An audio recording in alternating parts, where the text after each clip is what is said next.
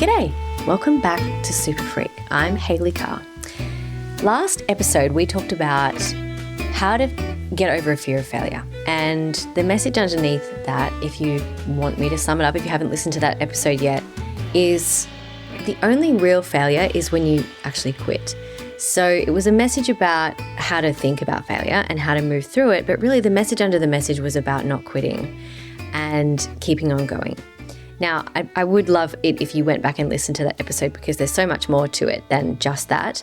But today's episode is a secondary part to this conversation because I don't think we can have a conversation about, not quitting and getting really good at failure and being okay with failure without talking about, well, when is it actually time to quit? This is a conversation that it does come up quite regularly in my coaching. And the reason it comes up is because when people are pursuing something that feels maybe impossible or like really difficult, or maybe they've been working on it and they've been in the creative process for quite some time and it doesn't seem to be where they want it to be, they can start asking the question, is it worth it? Am I supposed to keep going at this point? Or am I meant to just quit? Am I being silly? You see, there's this thing called the sunk cost fallacy or sunk cost bias. And what can happen is we can be afraid of quitting or getting rid of something or stopping. It's like when you get, into a movie and it's a terrible movie and you don't want to watch the rest of it, but you kind of have to keep going because you've already invested this much time, or you've bought the ticket to the movie and you don't want to lose the cost of the movie or something like that, So the sunk cost bias is when we continue to do something that we don't actually want to do because of the previous cost that we've already put into it. I see people doing this all the time with, not all the time, but with businesses, with relationships. We can do it with, the ways that we spend our time. We've already said yes to it, so we better follow through even though it's not something that we don't want to do. The sunk cost bias really gets in the way. And today I think is a really nice time to just bring in the conversation of how do we know that it is actually time to quit versus how do we know that it's actually time to continue to persevere?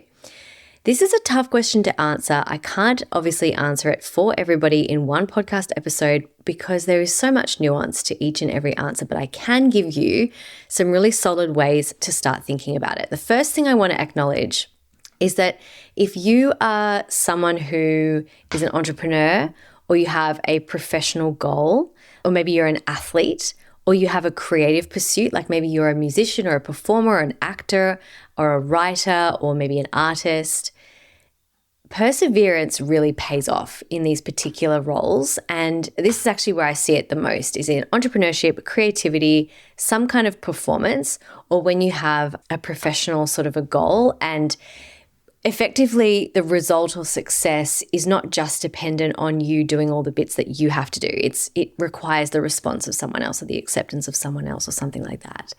And so perseverance really does pay off in these scenarios. But the question is how do I know if I should continue to persevere versus how do I know when I should quit? We've all had setbacks. We've all had times when everything was working and then everything wasn't working and, or something important broke. Maybe you have a venue and your venue had a fire in it, or there was some kind of setback with your health, or there was some kind of financial problem or something happened. I know a lot of people are kind of questioning things and going through that right now, like with a lot of financial tightness, So how do we know that it's time to quit? Let's get into it.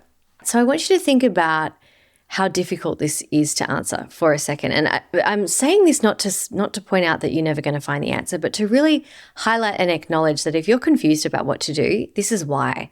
Think about the last time you actually put something down and quit it and it was worthwhile. Now, you might be able to think of something, which would be awesome if you could, and in which case you can think about maybe how did you know that it was actually time to quit, it was time to put that thing down and it was the right decision to do that. Chances are you didn't know that it was the right decision, you were doing it by chance. But chances are also that you are finding it a little bit difficult to think about the last time you put something down and left it and fully decided to close the door on it, quit, stop, it's done. So the reason for that is because of the sunk cost bias that we all have. But we all also do have situations and times when we have walked away from something or stopped and been okay with it. So I do want you to sit and just think for a second. Have I ever walked away from a relationship?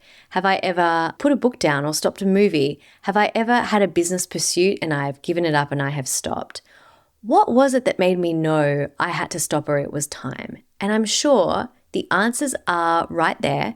You're able to think of them, and they might be a little bit more simple and easy to spot than you first might think that they will be. The second thing I want you to do is think about a time when you didn't quit, and oh my gosh, how it felt, how frustrating and irritating it was. And you realize that you probably should have, or maybe you did stop eventually, but you realize you should have stopped a long, long time ago. I personally find this one really difficult as well. I am not immune to the sunk cost bias. I find it really hard to put something down like a dog with a bone when I start. And in some ways, I can honestly say that that sense of stubbornness, it can be a positive thing if you're the type of person who wants to prevail from perseverance, like you want to persevere and keep going. However, the opportunity cost of continuing to do something that you shouldn't do, like maybe there's like a team member on your team that it's time to let them go. Perhaps there is a relationship that you're in and you just know it's time to walk away. Perhaps there is an arm of your business or something that you're trying to do and it's time to walk away, or you're just not sure. The cost of actually just persevering because it's status quo bias, what you've always done, what you're used to doing, if you're used to persevering, if you're used to just pushing it through, it could be costing you so much more to not slow down and just think about it and really take into consideration what I'm about to say. So let's dive in. I'm going to do two things here. The first thing I'm going to do is give you some signals or indications that it might be time to assess whether it is worth continuing. But the second part to this is I am going to then talk about some signs that might suggest it's actually worth pursuing. And my intention or my hope with this episode is not to give you an answer, but to give you some ways to think about considering, what's right and what's not right for you, right? The idea of being a super freak is that you can coach yourself. The idea of being a super freak is that you can pay attention to your thoughts, pay attention to your feelings, pay attention to your habits and your patterns, assess them, make logical decisions off the back of that, and really take yourself to the next level by removing everything that is unnecessary. So let's get started. The first one is, I think Steve Jobs is the person that anyone could attribute to this. He talked about it in a speech that he did at a university where he said, and I'm going to probably butcher it, but he said something like, if you wake up every day and this is not what you want to do anymore, it's time to make a change. If every single day you ask yourself, do I still want to be doing this? And the answer is no. And the answer is yes, you keep going. The answer is no, it's time to stop, So the first one is persistent unhappiness. If you are consistently, and the time frame within which you would have to be persistently unhappy would be up to you. But if you were to find yourself to be unhappy or stressed or unfulfilled or feeling anxious, despite the efforts that you've made to improve the situation, it might be a sign that something needs to change. It doesn't necessarily mean that something that you need to quit, but it might be a sign that something needs to change. So that's the first one. The second one is when you feel like your passion and excitement and enthusiasm for this thing is gone or it's waning. If it has significantly just lowered, you're feeling drained, you're not feeling excited, you don't wake up kind of wanting to do it, you're not motivated anymore, you don't find it interesting, it's more boring. Once again, it's a little signal or indication that something might need to change. The third one is interesting. This is a bit left of field, but when something has a negative impact on your health. Now, your body doesn't lie. The impact on your health could be that you are noticing shifts in your weight. It could be that you feel more tired. It could be that you have random little niggling things like back issues or something like that. Something is affecting your health. Now, these two things could have nothing to do with each other, of course, but you would obviously look at this within the system or the constellation of lots of different things, but it might be an indication that something needs to change. The next one's quite obvious. Well, no, it's not quite obvious, but I would say this one is pretty black and white. And this is just a standard that I have personally for myself. But if a situation is toxic or abusive or you are being disrespected in some way, I would say that's a pretty good sign that it is time to move on. When the pattern continues to be toxic when, maybe even you've attempted to make some improvements, of course, you might not even realize that the environment is toxic, but it could be worth questioning, is the environment toxic? If the answer is yes, I wouldn't bother trying to change it. I would just walk away. But that's my own personal opinion there. I'm giving you something to think about. The next one is when you feel like you're not growing. So when you're not advancing, when you're not looking ahead and seeing potential for being able to grow and continue to grow and to grow in the direction that you want to go, that might also be an indication that this road has kind of come to an end. Another one is when your values are not in alignment. So perhaps that is with another person, or perhaps your values don't meet the values of the company that you're working within, or perhaps the project that you're working on does not align with your values, or the way that you're going about it does not align with your values, or the fact that you have been pursuing it for so long and not seeing the results that you want to see is now impacting your top values, like you're not able to live out your values. This is when, again, it's another indication that it might be time to make a change. Now, the next one is, again, a little bit left of field, but we cannot ignore it, because when you think back to that question that I asked earlier, how did you know that it was time to walk away, it was time to quit? You probably might find it difficult to really pinpoint the one thing that you knew. I mean, maybe you can, but for me, I know when I look back on relationships I've walked away from, business relationships, personal relationships, but also, other things I've just kind of stopped or given up, there was a gut feeling that was present. I just somehow in my body was like, this is done. I can't do it for a day longer.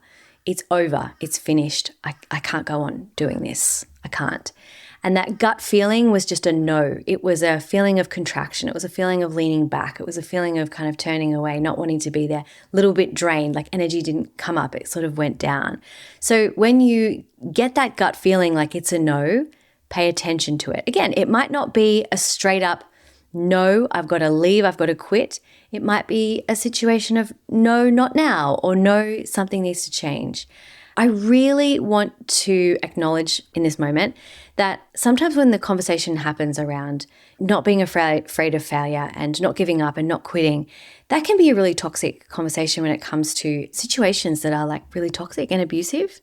So I remember being in a situation that was really unhealthy for me, and not wanting to be a quitter, like not wanting to be someone who kind of walked away or gave up. And that was one of the things that made me stick around far too long. And so when your gut is saying no, it's really worthwhile paying attention to that information, because your gut will constantly give you the message. It won't kind of go away. It can't be argued with. It can't change its mind. You can try to convince yourself that something is different, but your gut will still feel the same. And if you're having a little bit of trouble distinguishing what your gut is trying to tell you, I really want to encourage you to take some space from the situation, get out into nature, get back into your body. And when you do feel back into your body, maybe it's like that you just take a walk or something, do a little bit of active movement or exercise, or just get out into nature, or dunk yourself in some water, or have a shower, something to kind of change your state. Think about then something that feels like a yes in your body and where you feel it. And then think about something that naturally feels like a no in your body, and then think about where you feel that. And then ask yourself about the situation and just kind of notice where you feel it in your body. It does sound a little bit kind of out there, but we cannot ignore or deny that gut feeling has a lot to do with it. Okay, another one is when you are noticing that there are other opportunities that you have that seem better in alignment with your goals. And this one is a risky one, because I am fully aware as I say this that you could hear it and think shiny objects. If there's another shiny object, I'm not talking about when you're really frustrated with the creative process and you're thinking about quitting and you're looking at someone and they're like, look at me over here making all this money, doing this stuff. It looks really easy. I make it look all good, blah, blah, blah. You've got to do is follow my way of doing something, and it looks like they're having the best time ever, and you think it will be easy. So you think I'm going to stop persevering with what I'm doing and I'm going to start the whole process again. I'm not talking about that. I am talking about when you genuinely assess what's going on for you. You genuinely assess it and you realize, you know what, I'm at the end of the road and I have an opportunity to advance. And when you combine it with kind of everything else, the situation feels really good. My gut is saying yes. I feel like there's room for growth over there. Everything else, it's aligned with my values. I feel passionate about it. It makes me feel happy. That's when you might want to start to think about assessing whether it's time for change when you're looking at better opportunities. And really, I just want to hit the nail on the head with that caveat there. Sometimes in relationships, when things get really difficult, it's easy to look left and right and go, oh, maybe there's someone else that's better for me. But it's not about looking around for a better opportunity before you decide necessarily. It's that sometimes a different opportunity will come up and it will actually highlight that what you're doing right now needs to change. That's what I'm talking about. I hope you're loving today's episode. I loved recording it for you. Just jumping in quickly to let you know that the wait lists for 2 of my coveted group coaching and group mastermind programs are open right now. The 2 programs are the Bloom Business Incubator and the Fierce Salon. If you want to know more, I recommend that you go and check out the link underneath this podcast episode. I won't go too much into it now. Joining the waitlist is going to be of huge benefit to you. That's all I'll say. Go and check them out and let's get back to the episode. Okay, so there are some other things that I want you to consider. These are kind of really obvious ones that I've just given you, but here are some other things that I know have really made an impact on me and made me realize that things have needed to change. So the first one is, these are more subtle kind of ways to tell. The first one is burnout. Like when I'm consistently, and I've experienced chronic fatigue before, but feeling exhausted and burnout, it means what you're doing is not sustainable and either something needs to change or you need to stop. Another one is when you're giving so much and kind of not getting anything back, like the scale is kind of tipped disproportionately so that you're not getting back what you're giving and it impacts your health, it impacts your energy, it impacts your morale. Perhaps you're not getting any recognition or any accolade or any acknowledgement for what's happening. That's another kind of sign that maybe something needs to change. Another one, which is something I've experienced time and time again, is I know something needs to change or perhaps I need to quit when I'm not feeling in flow. Like when I'm in flow, when I'm in alignment, my head, my heart, and my hand, my thoughts, my emotions, and my actions are all in alignment, things flow. The resources that I need pop in. The opportunities, they come. The people, they come. The money, it comes. It's in flow. When things are out of flow, it feels clunky, it feels hard, it feels like I've got to work for things. That's when it's time to kind of pay attention. Another indication is when you are feeling like there isn't really any kind of development of your skill in what it is that you're doing, or perhaps you feel a little bit stagnant, it's a little bit boring. And you know what I mean when I say stagnant, it's kind of like even when you're moving around and doing things, it just feels like you're sort of not even wading through honey. It doesn't feel even as nice as that. Okay, another one is when you can't see a future for yourself or you can't see a vision for yourself in that situation or continuing to do that.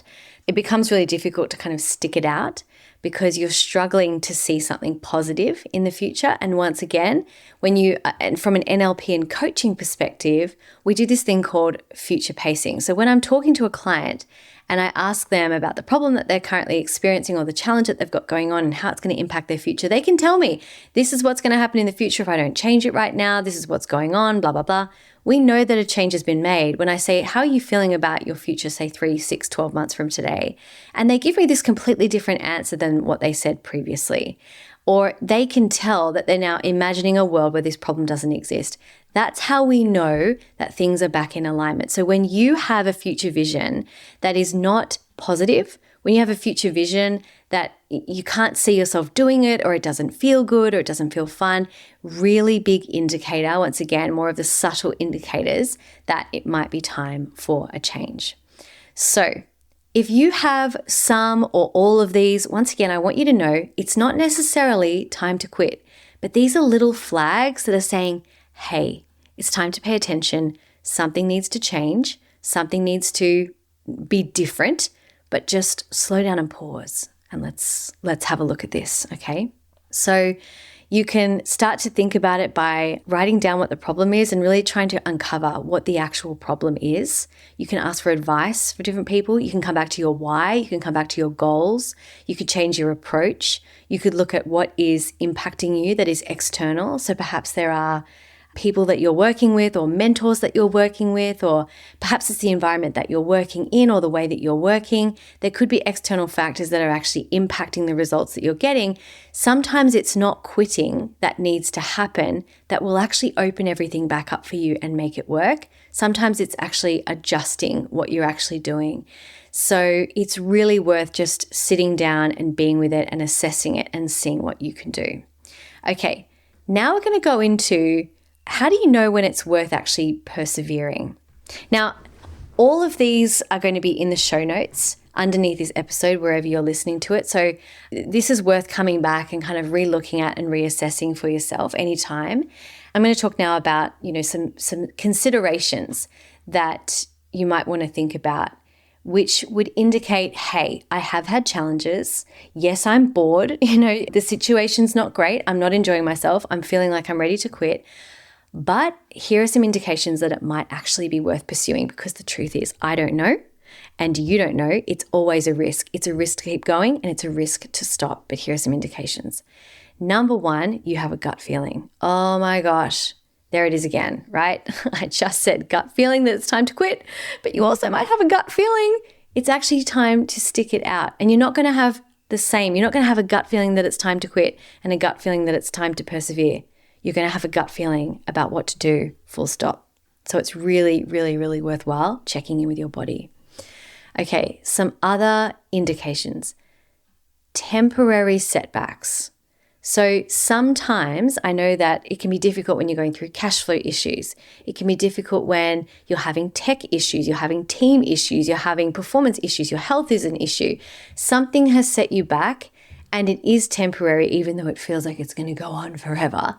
When it's temporary, it can be an indication that it's worth pursuing. But you know what? Temporary setbacks is probably the number one thing that cause people to quit permanently, and it is such a shame. It's so disappointing. So when you think about the setbacks that you have, ask yourself, is this a permanent setback or is this a temporary setback? And if I did not have this setback, would I be persevering right now? Yes or no? What would I be doing differently? The next one is when you're still making progress. Now, you'll hear me say this all the time, but it's so easy as a high performer or someone with high expectations and standards for themselves to constantly look ahead at the goals that you have and see the gap between where you are now and where you want to be. And the feeling of that gap isn't always exciting. It can be exciting at the beginning because you're like, look how far I'm going to go. But when you're kind of in the thick of it and you're in the creative process and you've had temporary setbacks and things like that, it can be really disappointing to feel the gap between where you are and where you want to be. Also, I don't know if you do this. Gee, why would I be saying this on my podcast? But something I know that I do, my clients do, is we move the goalposts. So there is never not really a gap between where they are, where they want to be, where we are, where we want to be. I say we because I do this too. And the only place I ever want you to compare yourself to is the past. So even like by the time you're ready to quit, I really want you to just look back. Have you made progress, no matter how small? Can you see improvement that's actually good for the long run? Are you seeing shifts in your health? Are you seeing changes in the data? Are you seeing practical, tangible results that you can say, yes, that is an improvement, even if it's so small? If you're seeing progress, it might be an indication that it's not time to quit. It's just a time to persevere and do what you need to do so this can be sustainable. If you need help with that, refer back to my previous episode. The next one is if you still feel passionate about it, if you still feel like it's your purpose. Now, this is really important because, I've got so many stories about this myself, but I've been in my business now doing this work for 16 years. And I can honestly say there've probably been 3 or 4 times. There's been more than 3 or 4, but I'm thinking specifically of 3 or 4 times when I was really deeply questioning, do I want to keep doing this? Am I going to keep going with this? Because it's hard. I want to quit. The money has dried up. It doesn't feel sustainable. I'm scared. My health is impacted. Or I'm going through something that it doesn't feel like I'm going to get through it so easily. Should I even be doing it? I have imposter syndrome, blah, blah, blah, blah, blah. The industry, this, that, and the other. There have been probably 3 or 4 where I've been really close to quitting. And I remember one specific time where I'd just broken up with someone and I was just really, really struggling. It was a very difficult breakup. And I was living in this small town and my friend came to visit me and she'd been working on these super yachts. And it was like the thing everyone did at that time in my 20s, that people were working on super yachts in Europe. And she's like, you would be so good at this and you could just travel the world and work on the yachts. And it sounded so fun. And even though it was hard work, it sounded like so much less responsibility than what I was doing. I was so tempted. And I just knew in that moment that it was my purpose and my passion to continue doing what I was doing. And I probably wasn't going to stop. Yes, take a break, of course, but I still felt really passionate and purposeful with what I was doing. And I effectively did not quit. And those years that I spent actually just persevering through very difficult times were well worth it for me. That's when I saw a massive upscale in my business. It was really interesting.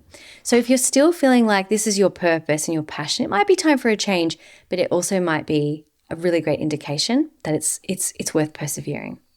Another one is when you do have a really supportive environment, like a mentoring circle, or perhaps you have friends or a community or a sporting group.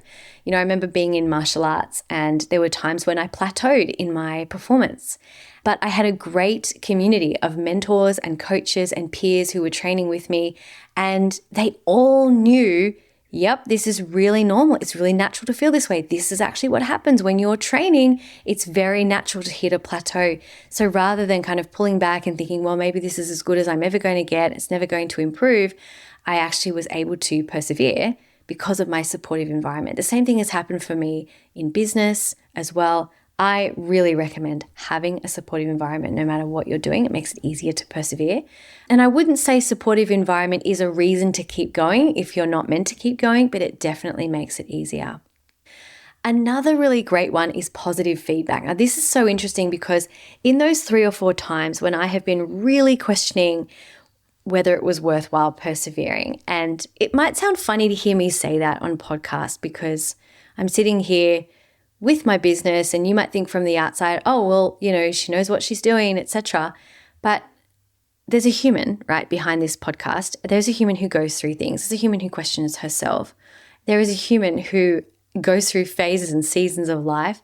And yeah, it is very real. There have been times when I've thought to myself, my gosh, is this worth pursuing? I don't think anyone can honestly sit in front of you and say there has not been one time I've ever questioned it, because even though I feel like this is my purpose, I have for sure questioned it.